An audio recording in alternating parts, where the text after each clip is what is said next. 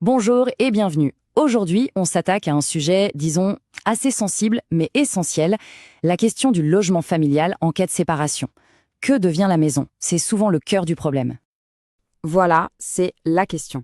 Le genre de question qui peut vite devenir un casse-tête et une source d'angoisse énorme pour un couple qui se sépare et qui possède un bien immobilier.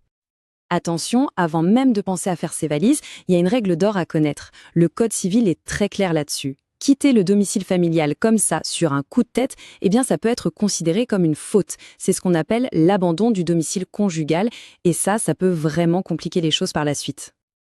Alors, pour y voir plus clair, on va décortiquer tout ça ensemble, étape par étape. On verra d'abord ce qu'il se passe pendant la procédure, comment on évalue le bien, quelles sont les 3 grandes options, comment fonctionne le rachat, et enfin, comment on officialise le tout. Première section donc, le logement pendant la procédure de divorce. Essayons de comprendre le cadre légal. Pendant toute la procédure, il faut savoir qu'un juge peut intervenir. Son but? Protéger la stabilité de la famille. Il peut donc décider d'attribuer le logement à l'un des 2 époux, temporairement, et c'est souvent le parent qui a la garde des enfants qui est prioritaire. C'est un point vraiment important. Bon, maintenant qu'on a posé le cadre, passons à la pratique. La toute première chose à faire, et c'est la base de tout le reste, c'est de déterminer la valeur de la maison. Sans ça, impossible d'avancer.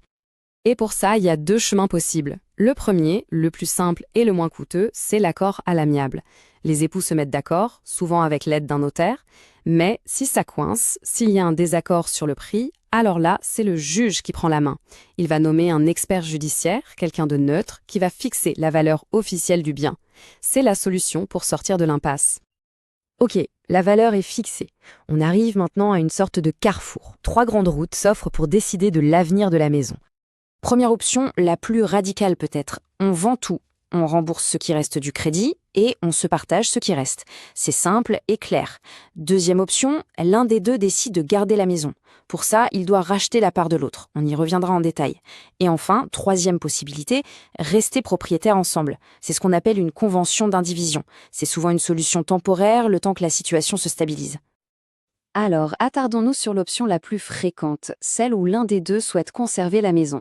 Ça implique un mécanisme juridique bien précis qu'on appelle le rachat de soult. Voyons voir comment ça marche. Pour pouvoir garder la maison, on peut faire ce qu'on appelle une demande d'attribution préférentielle. En gros, on demande au juge la priorité sur le bien pour éviter qu'il soit vendu. C'est une demande qui a plus de chances d'aboutir s'il y a des enfants ou si par exemple le logement est aussi un lieu de travail. Et qui dit rachat dit paiement. C'est là qu'intervient le mot-clé de toute cette opération, la soult. C'est un terme un peu technique, mais l'idée est toute simple. La soult, c'est la somme d'argent que celui qui garde la maison va verser à l'autre pour compenser sa part. C'est ce qui permet de rééquilibrer les comptes et de rendre le partage juste. La grande question, évidemment, c'est comment on la calcule, cette fameuse soult. On pourrait croire que c'est compliqué, mais en réalité, la logique est assez simple. Voilà la formule magique. On prend la valeur totale de la maison, on la divise par 2. Ça, c'est la part de chacun sur l'actif. Ensuite, on prend le montant du crédit qu'il reste à payer et on le divise par 2 aussi. Ça, c'est la part de la dette.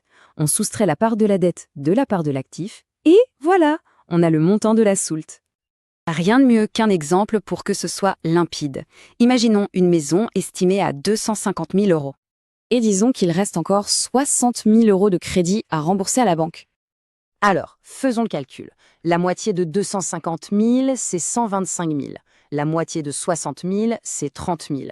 On fait 125 000 moins 30 000 et on obtient une soult de 95 000 euros. C'est la somme que l'un devra verser à l'autre pour que le partage soit parfaitement équitable. Bon, le calcul est fait, l'accord est trouvé. Mais ce n'est pas fini, il faut maintenant rendre tout ça officiel. C'est la dernière ligne droite, la finalisation juridique. Et là, le notaire devient un personnage central. C'est lui qui va rédiger un document officiel, l'état liquidatif, qui met tout noir sur blanc, le partage, le montant de la soult, etc. Cet accord sera ensuite intégré dans la convention de divorce.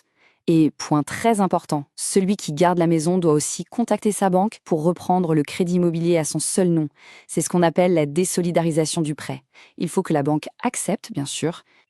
Un petit conseil, mais qui a son importance. Il ne faut pas oublier les frais annexes. Forcément, tout ça a un coût. Il y a les frais de notaire, des taxes. En général, il faut compter environ 7 à 8% de la valeur de la soult. C'est un budget à prévoir pour ne pas avoir de mauvaises surprises. Allez, pour finir, récapitulons les points essentiels à retenir de tout ça.